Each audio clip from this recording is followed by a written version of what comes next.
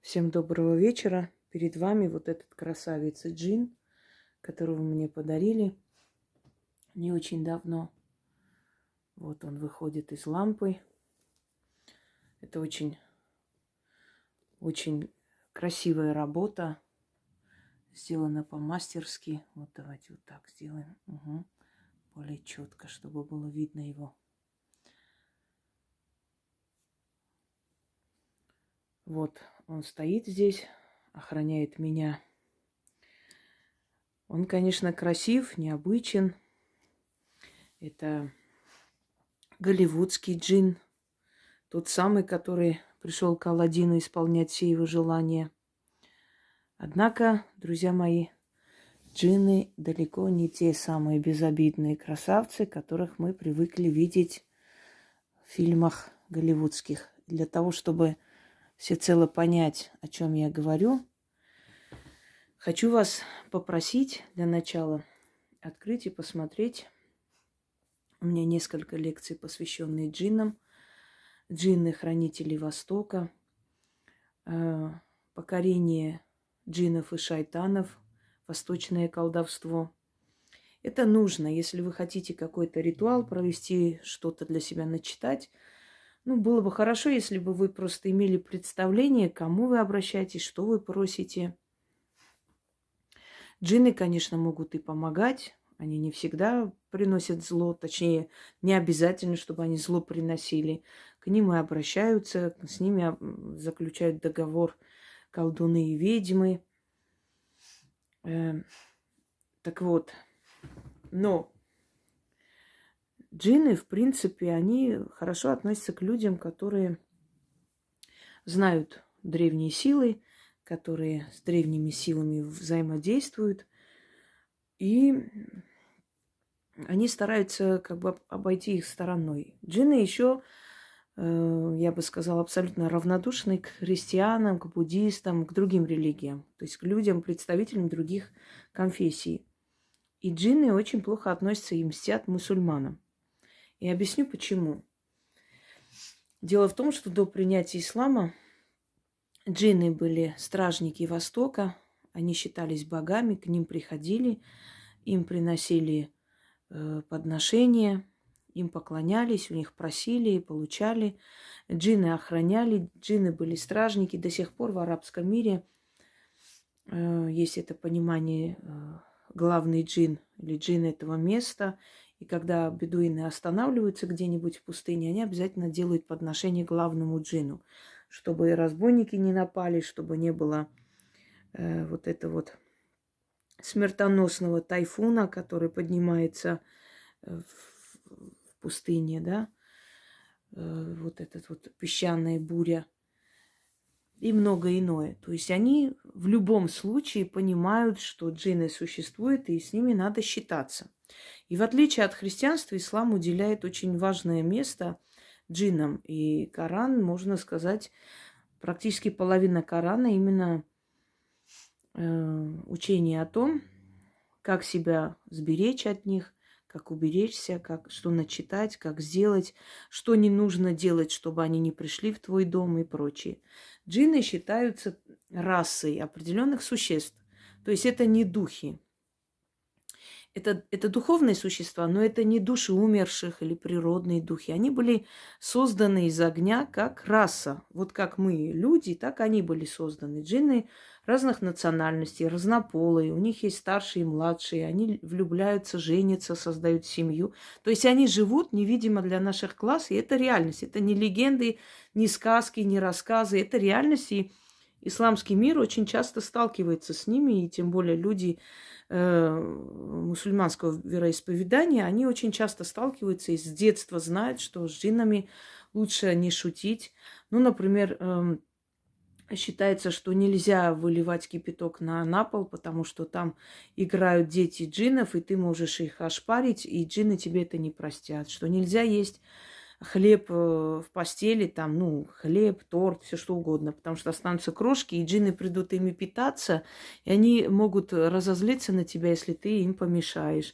То есть там целая инструкция о том, каким образом избежать столкновения с джиннами. Очень многое, например, в Коране может, показаться абсурдно, непонятно, и вообще о чем тут речь. Хочу вам сказать, что Коран и Библия, конечно, отличаются. Коран – это где-то пересказ Библии, часть шариата, то есть это древний восточный суд.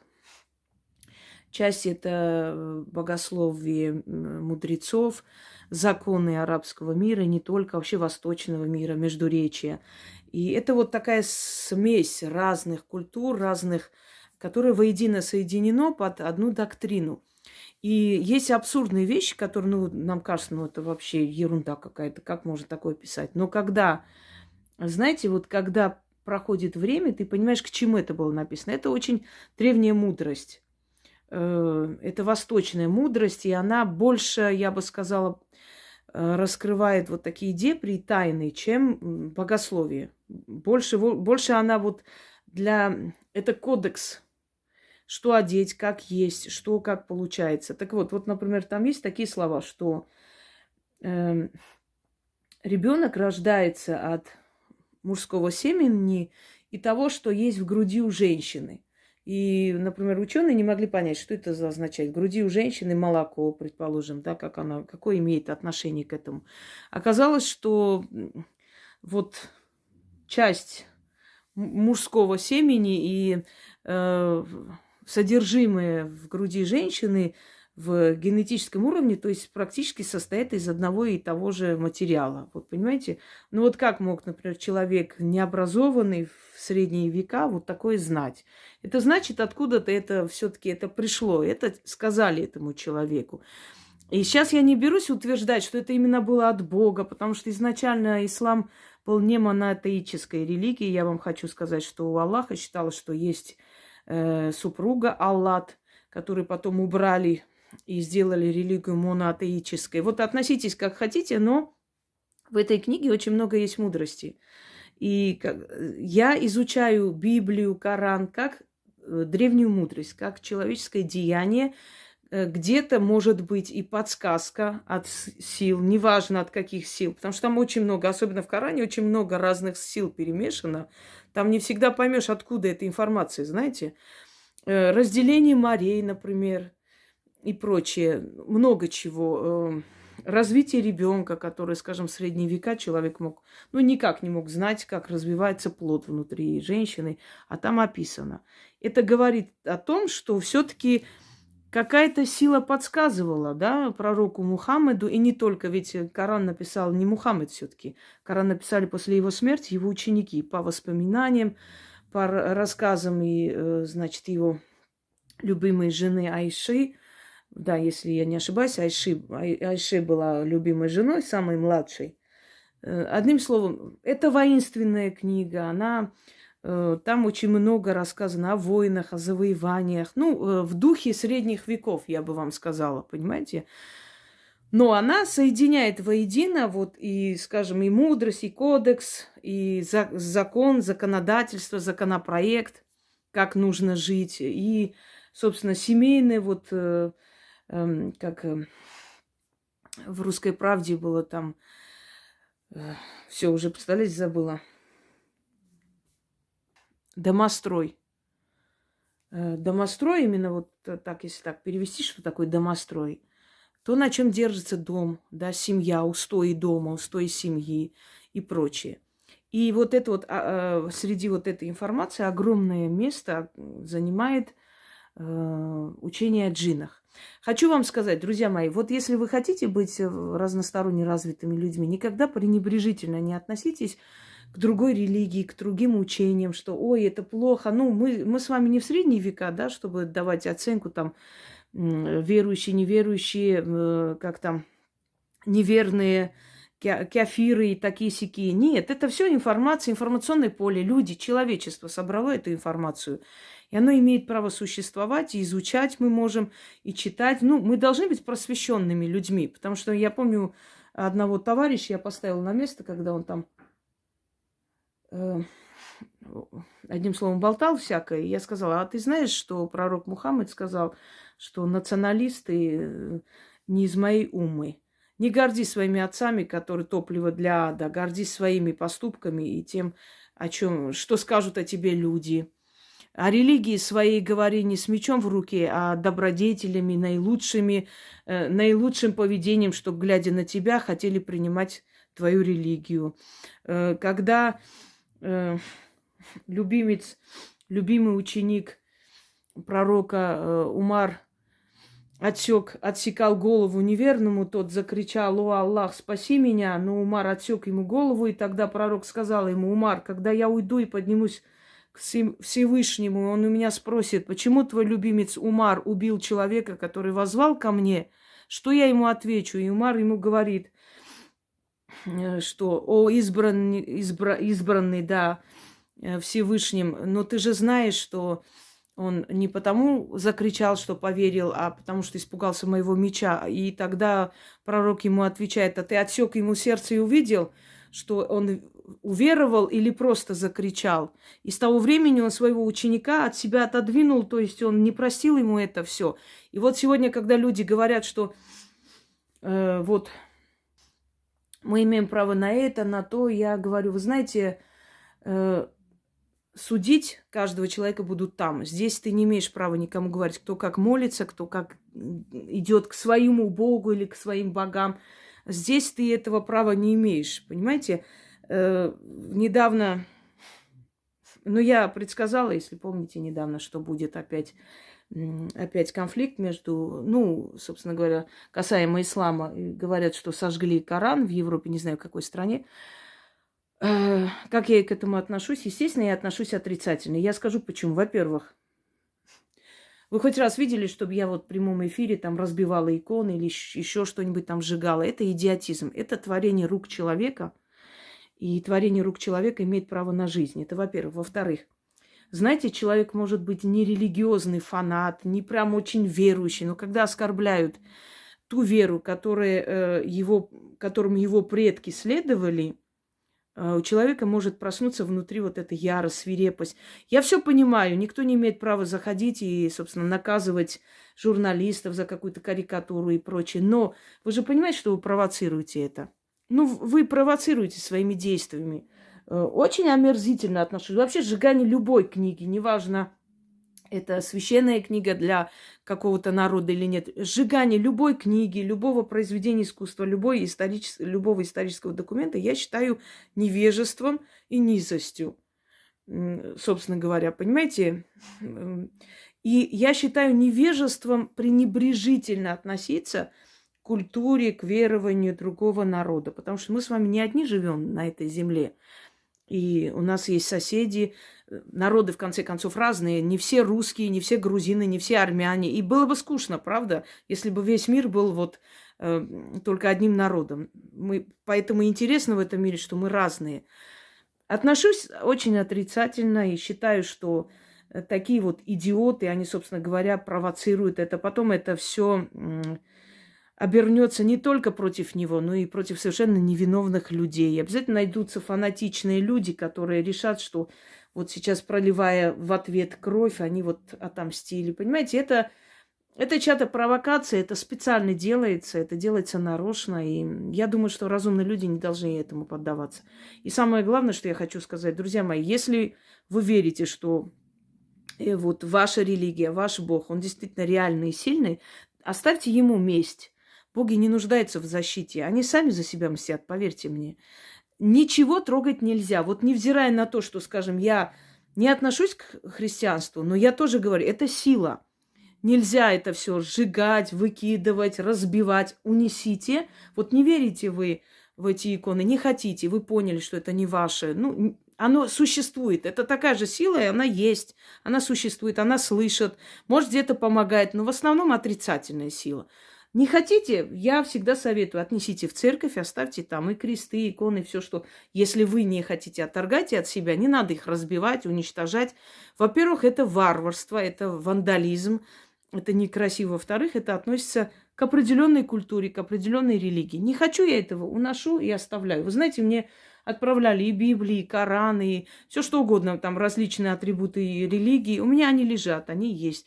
Но если нужно будет где-то, например, объяснить, показать что-либо. У меня всегда есть под рукой там наглядное пособие. Но выкидывать, сжигать я считаю скотством. Я не знаю, чего добиваются эти люди этим. Точнее, я знаю, чего они добиваются, но разумные люди должны держать себя в руках и не идти на такие провокации. Но единственное, я хочу вам сказать, вот я не защищаю мусульман, я не их адвокат, только вот скажите, пожалуйста, вот они когда-нибудь вот так откровенно там всенародно Библию жгли? Нет, я не помню. Может, есть такой случай? Мне скажите. Почему все время вот задевают этих людей? Это же омерзительная вещь. Ну не задевайте, не трогайте этих людей, не верите в их религию, ну оставьте их в покое. Прошли уже те времена, когда огнем и мечом внедряли веру. В конце концов, христианство тоже не пришло, знаете, мирным путем. Вон сколько жрецов было убито, уничтожено, сколько культурных памятников уничтожено. Вы считаете, что оно мирное, что ли, пришло? Ни одна религия мирно не пришла. Ни один народ мирно не принимал чужую веру. Это исключается. Понимаете? Наверное, ислам держится до сих пор еще потому, что, во-первых, она молодая религия. Ее темные века еще проходят, вот это трудное время адаптации. Ну и, во-вторых, как бы эта религия соответствует их внутреннему миру. Там их законы, там, ну, соответствует он их национальным традициям. Они не так уж прям отошли, как христиане, например, совсем забросили свои веды, своих мудрецов и отошли полностью, подчинились другой культуре. Понимаете? Может быть, поэтому она и держит, собственно говоря. Так вот, теперь джинны. Вот джинны мстят мусульманам за то, что они больше им не поклоняются, собственно говоря. И в отличие от христианства, ислам очень серьезно относится к ним. Например, христианство пренебрежительно относится к демоническим силам, называя их бесами, бесовщиной. И это не есть правильно. Потому что они есть, они существуют, и с ними надо считаться. Надо правильно себя вести, чтобы не навлечь их гнев, чтобы к себе их не привлечь лишний раз, если вам это не надо, понимаете? Да и вообще работать с джиннами. Вот в редких случаях я вам давала ритуалы, которые безобидны. То есть джинны торговли, да, залнабур. И очень хорошо он притягивает клиентов, я вам скажу. Но потом ему надо какое-нибудь что-нибудь подношение оставить и так далее. Они не опасные и не хорошие, не плохие и не дружелюбные. То есть они вот разные, как люди. Они могут и добро делать, и зло делать. Лучше их не провоцировать. Но к мусульманам они плохо относятся, потому что они считают, что они, собственно, предали их и приняли другую религию, и больше им не поклоняются. Поэтому Коран, собственно говоря, учит, обучает, говорит, предостерегает, как надо делать так, чтобы они не имели над человеком власть. Ну, короче говоря, спастись от них. Каким образом? Много всяких молитв помогают. Они помогают, потому что в них вложена не именно религиозный эгрегор, но еще, наверное, мудрость веков, древность. Там вот, она насыщена этой силой, и она помогает, но ненадолго. Вот этот заговор, который я вам сейчас дам, естественно, вы в спящем состоянии во время нападения такой силы, это пригодится не только мусульманам. У кого-то муж мусульманин, предположим, она знает, видит, что он мучается каждый раз. Вот он спит, и он начинает с кем-то бороться, не может проснуться. Ну, в общем, тот самый сонный паралич, но 1000 раз сильнее и страшнее.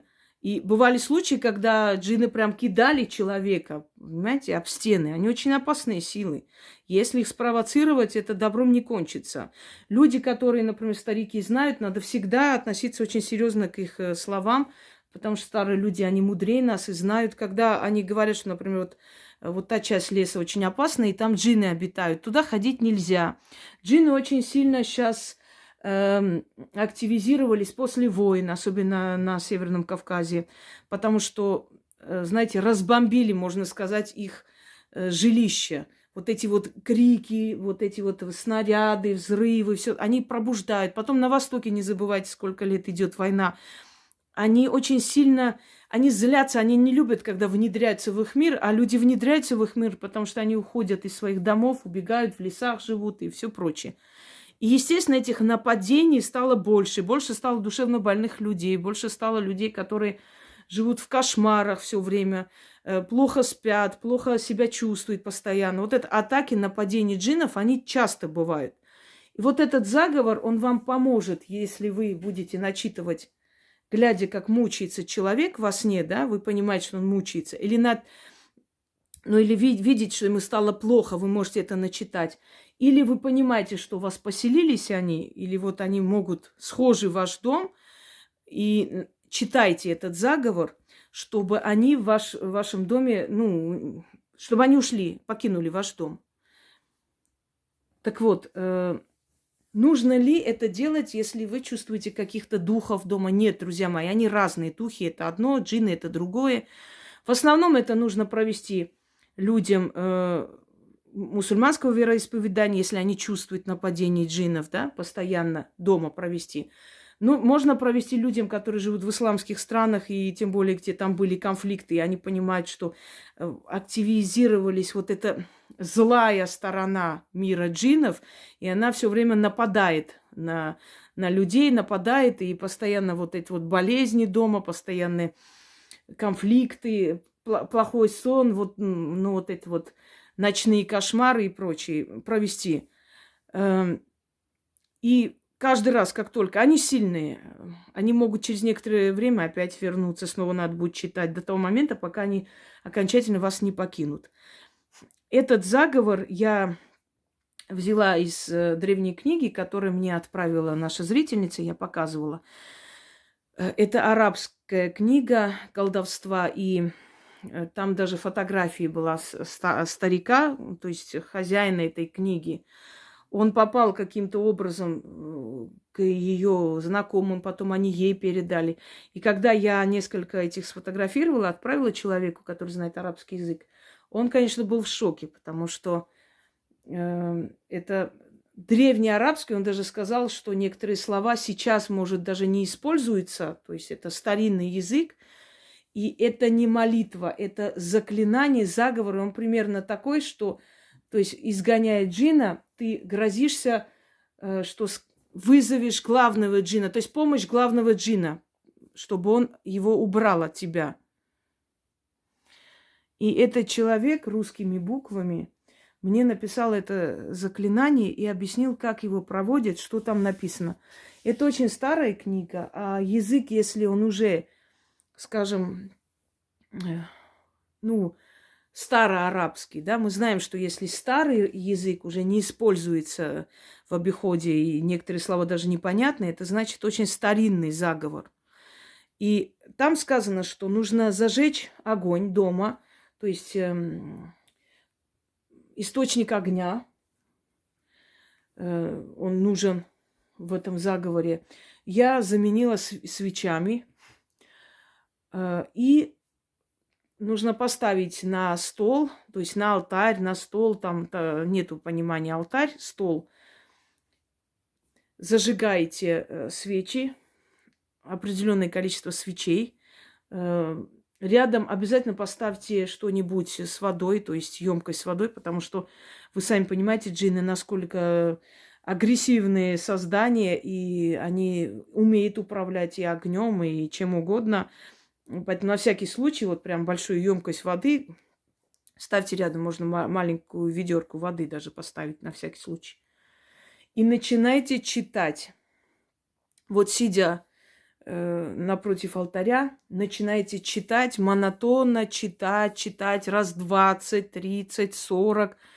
Дом начинает просто как бы пробуждаться, в доме начинается определенные действия. Я уже этот заговор пробовала, поэтому знаю, как это заканчивается. Это я давала женщине, которая из Кабардино-Балкарии. И вот оживляется просто дом, становится жутко, страшно, может быть ветер в доме, а потом все затихает. Но, в принципе, уже несколько месяцев к ней никто не приходил. Я еще буду, естественно, я попросила человека, я еще буду некоторые работы оттуда выставлять, потому что, естественно, я арабский не знаю, но я ему отправила, он посмотрел, он сказал, которые из них заговоры, заклинания, и, собственно, объяснил, и я ему сказала, какие из них мне будут нужны. Теперь дарю вам заговор. После того, как все утихло, оставляйте свечи догореть. Ну, когда чуть-чуть останется от свечей. И просто выкидывайте, без никаких слов, ничего не нужно никуда подношение, не нужно ничего делать. Вы просто начитываете. И это все утихает, успокаивается. Если у вас дома, например, ваш супруг там мучается ночью вот именно вот этими нападениями джиннов, или у вас рядом это было, или вы чувствуете, что вот ну есть присутствие этих духов, и очень похожие симптомы вот с их повадками, которые с детства, можно сказать, вас учили, и вы знаете об этом, начитайте. Просто изгнать духа из дома не нужно. Этот заговор именно касаемо изгнания джина. Это даже не изгнание, это просьба уйти. Уйти, но тем самым угрожает вот в этом заговоре как бы автор или создатель этого заговора вызовом главного джина, если ты не уйдешь. То есть я прошу, заклинаю его именем. И вот отправляется там сын джина, там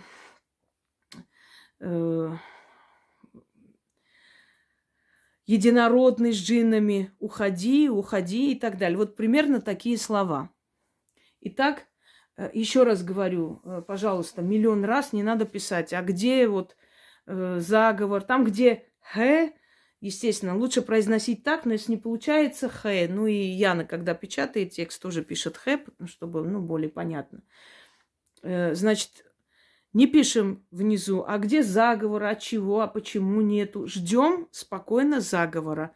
Она обязательно в течение нескольких дней наберет, и внизу будет заговор. Вы знаете, что никогда долго там никто не ждет. Пока соберетесь с мыслями и подготовитесь, и заговор будет. Начнем. Арджукя дайни адхаб.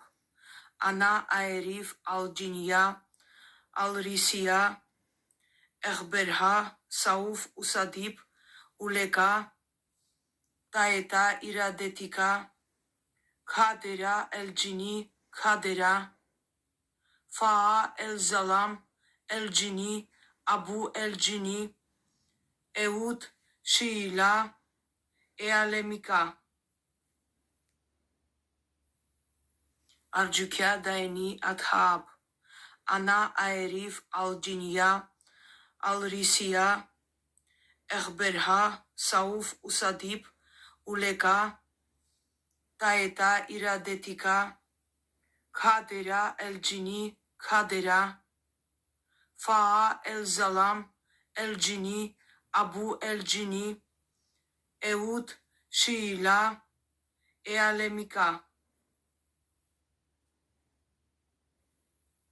арджукя дайни адхаб ана айриф алджинья алрисия эхберха сауф усадиб улека таэта ирадетика кадера элджини кадера фаа элзалам элджини абу элджини эуд шиила эалемика. Все остальное я вам уже рассказала. Этот заговор вам очень поможет. Только сделайте все правильно. Провести можно в любой день, желательно не выходной, потому что в выходных дней все-таки отрицательная энергия больше. Желательно, но если прям такая сильная необходимость, можете провести. И еще можете начитать, когда видите, что человек мучается джиннами. Нет, это не экзорцизм, вы его не выгоните изнутри человека, даже не смейте, даже не пробуйте. Он вселится в вас. Если одержим человек джиннами, это нужен профессионал. И не каждый мулла за это берется, не каждый это может делать. Тут делают работу колдуны. Не одержимость джиннами идет речь, а именно если нападение, мучает, вы видите, что мучается человек, не может проснуться, и это повторяется часто, и вы знаете, что его мучают. И он может потом сказать, что он там какие-то сны видел, какие-то явления, что-то такое. Это джинны. Еще раз говорю, это не применяется к просто духам, которые дома есть, которые вас пугают. Для них у меня есть очень много других работ. Один из них, например, изгнать злой дух Захмат. Удачи вам, всех благ и разума. Не забывайте, что разумные люди унаследуют нашу землю.